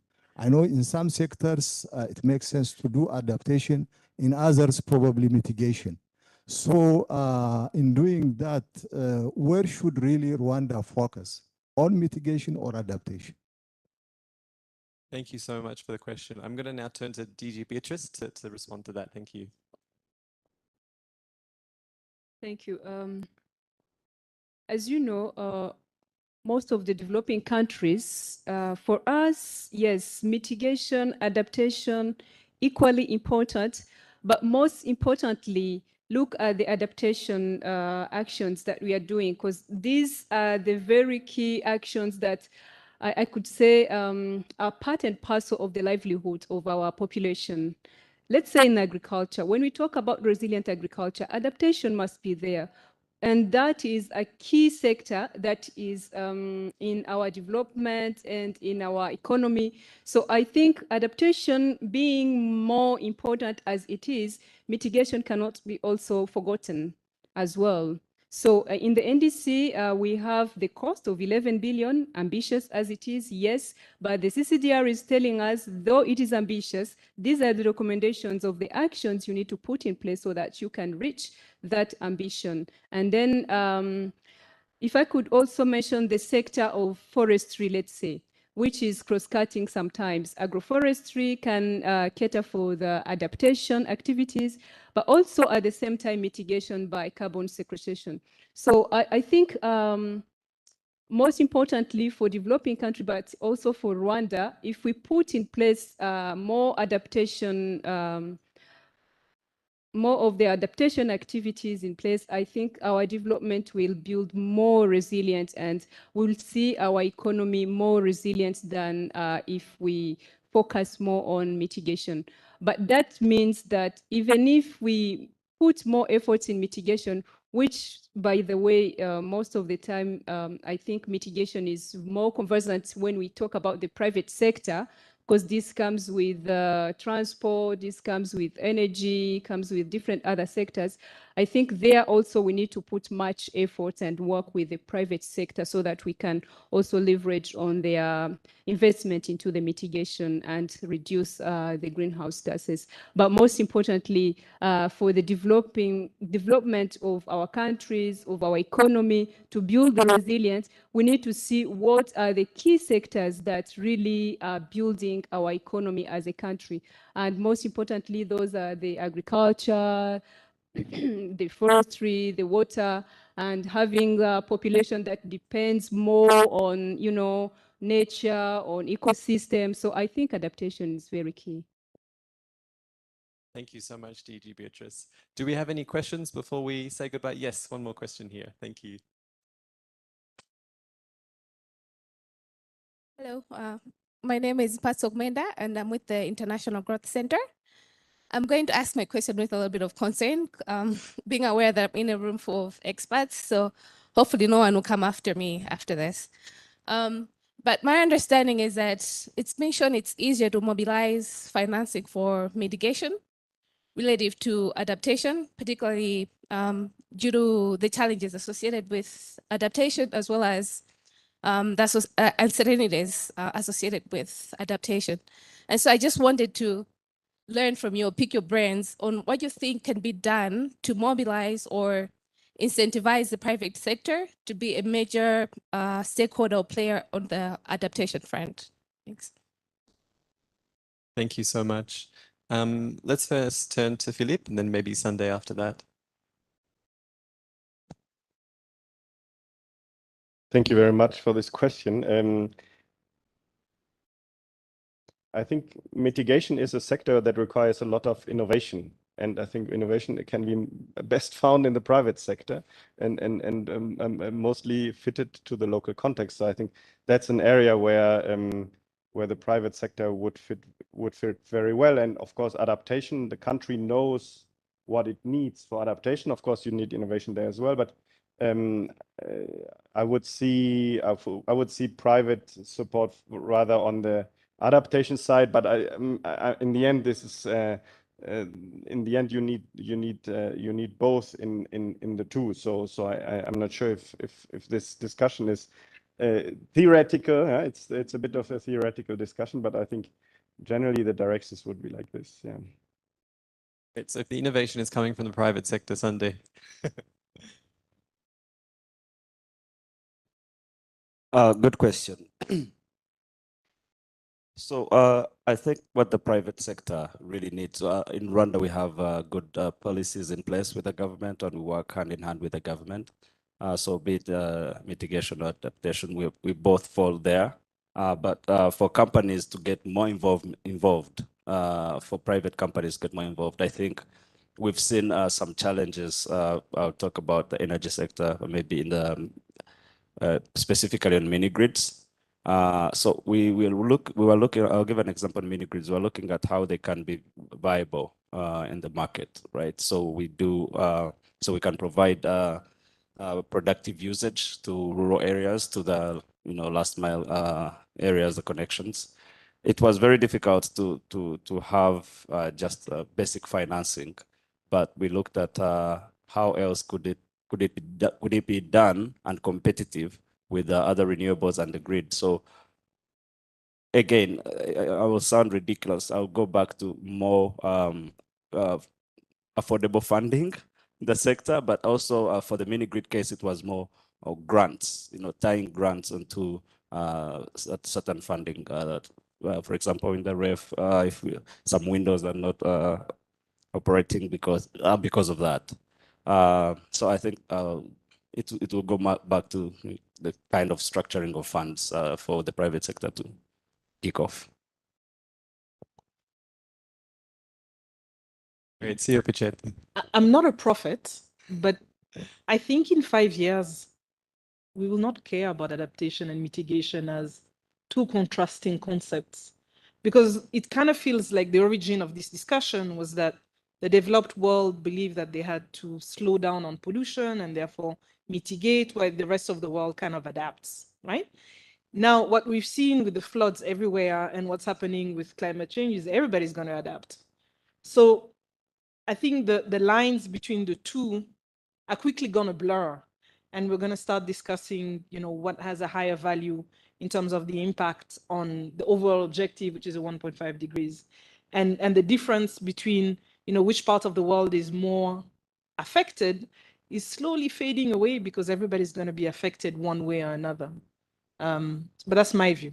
Very personal, not BRD. Thank you so much. I think that's a really important point to think about. As we kind of wrap up the panel, I think we've heard we need more action, we need more money, and we need more risk and more de-risking. So I think all the people here are we're in the room, right? All the people here. So I really want to thank our panel once again for their insights. Please give them a big round of applause.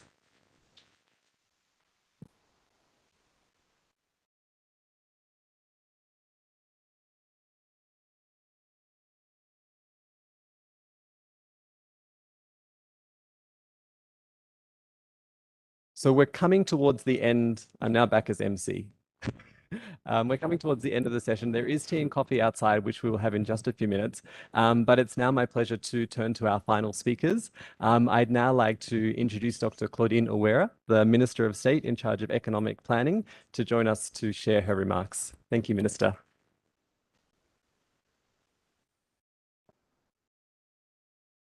Yeah, thank you very much, moderator. And first of all, good afternoon, all of you, excellencies, all protocol observed. It's really my pleasure, and I'm very honored just to be part of this discussion. And starting by the presenters, they really did a great job. And I again congratulated the team, I mean the World Bank team, in consultation with government institutions, just to come up with this CCDR, which is really very informative in terms of coming with concrete actions when it comes to tackle impact of the climate change. So I heard from the panelists that maybe it's something that is unusual just to have the Minister of Finance together with the Minister of Environment, just putting all the action together just to come up with a tangible and a sustainable solution. So my job here, just I'm requested just to make a reflection a bit on the report.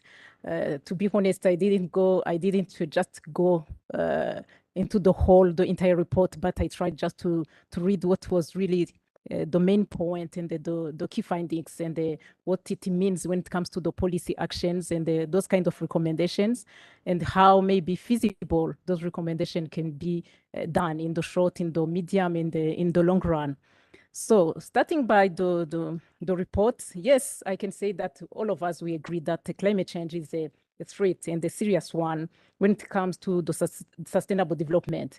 And I think here the question we're trying to respond is just to come up with this sustainable development model, just to be able to understand whatever action we're doing today, what will be the implication in the medium and the long term. Maybe right now we cannot feel it, but from the model, this economic model that showed us the economic impact of the climate change, from the climate change side to the shock to the economy until the economic loss, we can feel that in the near future, if nothing is done, if there is just a status quo, maybe things will change as we will not expect.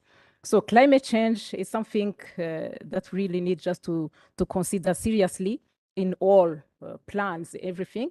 And I'm not going to repeat whatever was said by my predecessors and with what Honorable Minister mentioned in her speech. Yes, climate change and the environment have been mainstreamed into the national plans and strategies and policy. Yes, documents are well designed, as you mentioned, and I totally agree with you when it comes to the financing. This is where we really need just to focus on. Yes, mobilizing the climate finance is really something that is ongoing, and I liked the called Philip, or yeah, when he said Rwanda is ready. That's true. Rwanda is ready. We're ready to mobilizing those climate finance.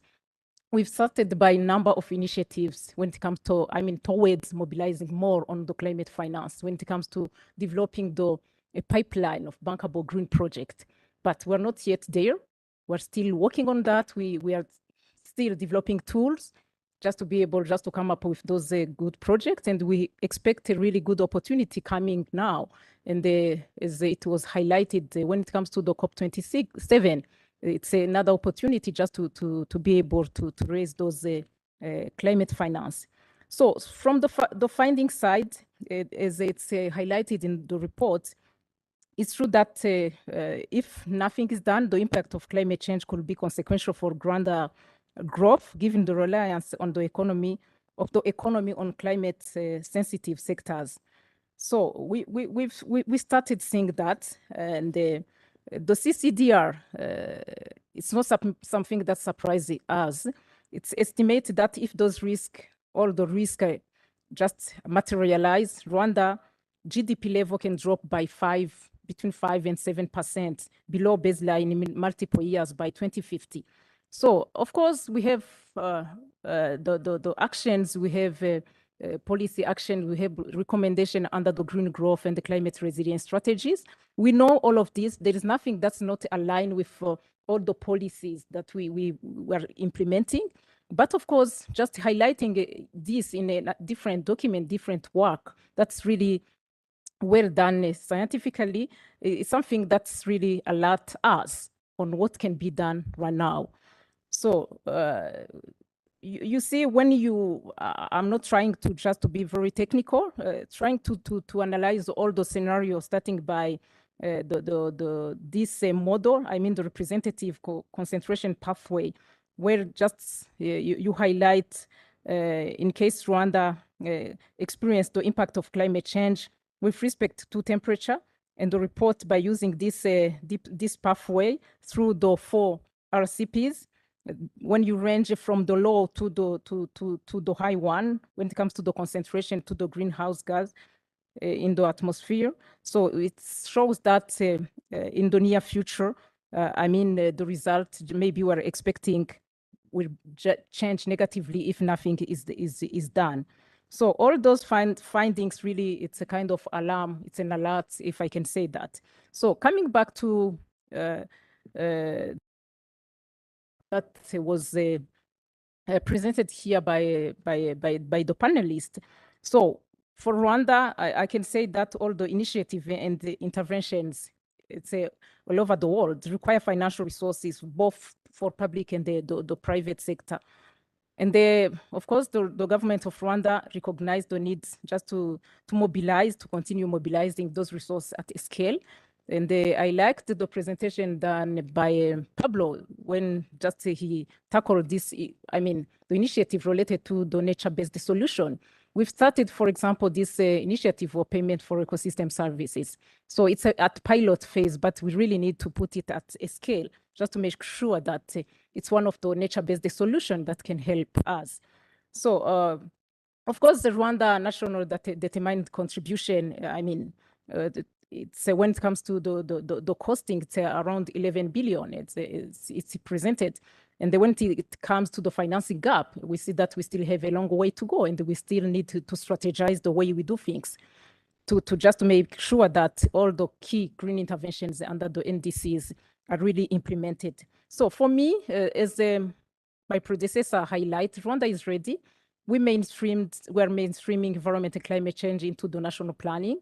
And we are trying just to come up with all the tools, instruments, just to make sure that we're ready in terms of mobilizing the climate finance.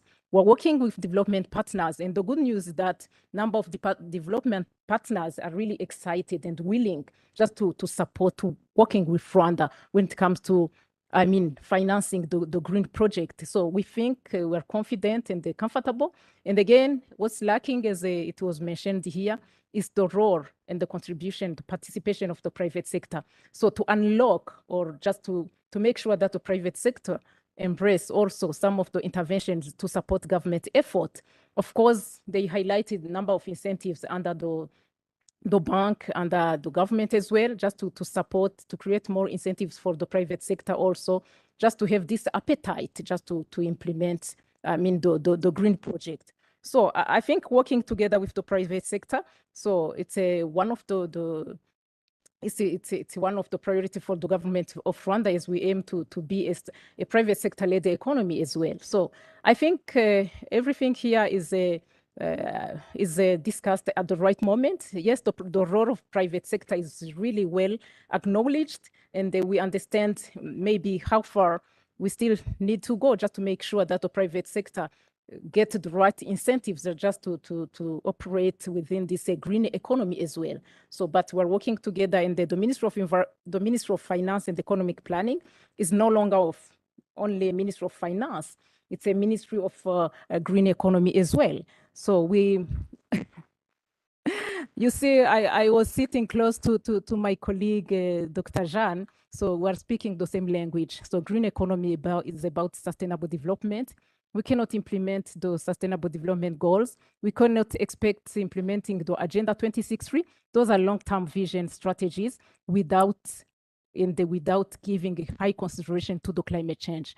So climate change, though we want or not, I heard from CEO BRD that most of the development financing are just being converted to green financing. So I think, yes, we need to balance. And at the same time, though Rwanda and maybe other developing countries are not polluting more, or just we need to understand that all those externalities also negatively affect us and they will affect the future generation. So I think this is a global action and Rwanda should not be lagging behind. We're ready just to work together with development partners, with the private sector, with all of you, just to tackle the issue and the impact of climate change. I thank you very much.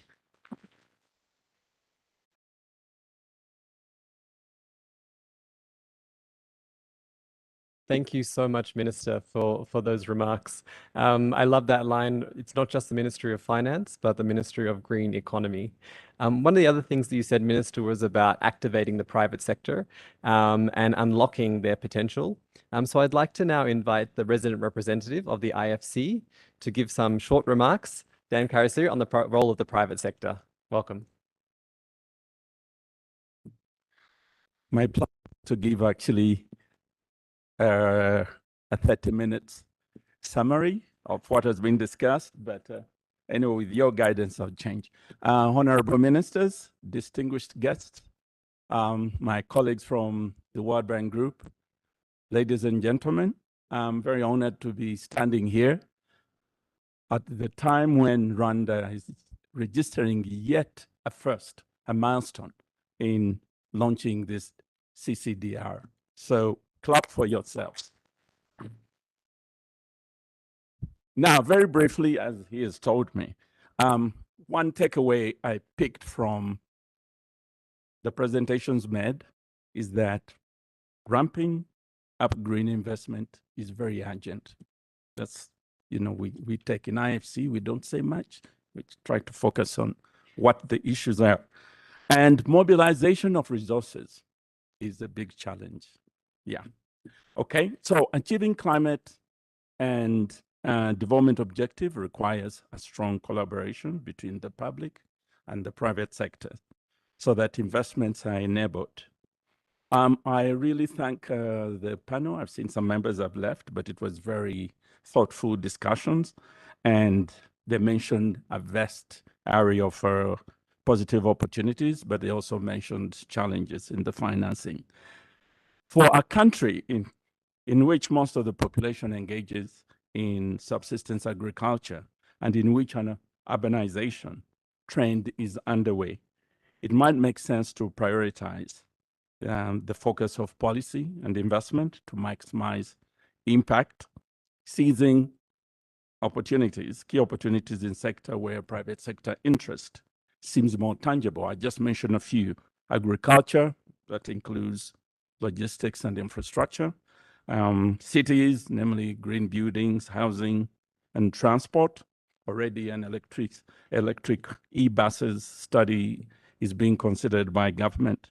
Renewable energy, where my friend here, Sunday, is already representing a track record for private sector investment. But I'll add there solar mini grid, cooking stoves, and others.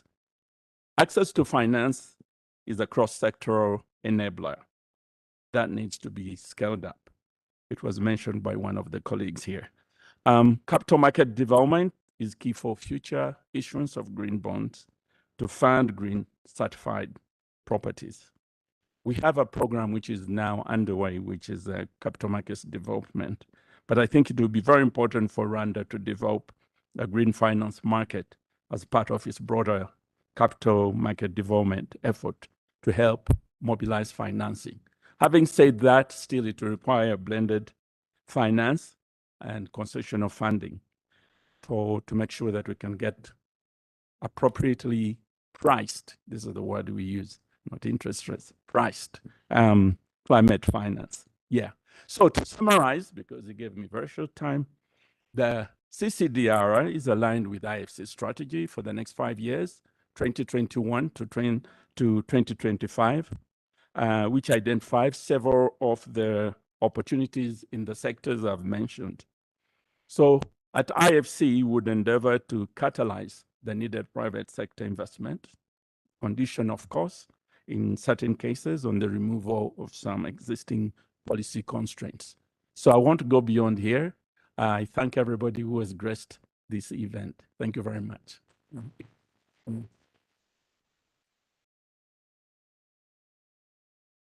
Thank you so much, Resident Representative, and also thank you for being gracious in your brevity. We appreciate it at the end of the day. As I mentioned before, we're coming to the closing of our session, but please don't leave after the event. There is tea and coffee just out on the terrace. I'd now like to welcome back to the lectern, Roland Price, the Country Manager of the World Bank, to give the closing remarks. Thank you.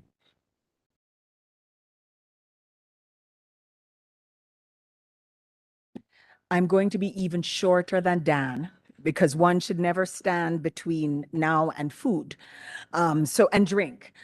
So I want to say thank you. That's the first message. I want to say thank you to the honorable ministers who have been with us, Minister Claudine and Honorable Minister Jean d'Arc, both good friends, colleagues, my clients, my partners. We would not be here without their stewardship, their energy, their drive, and their push for us as the bank to do a report that can truly be owned by government. And their presence here, I think, says that we have fulfilled that requirement. And we're very, very, very pleased about that.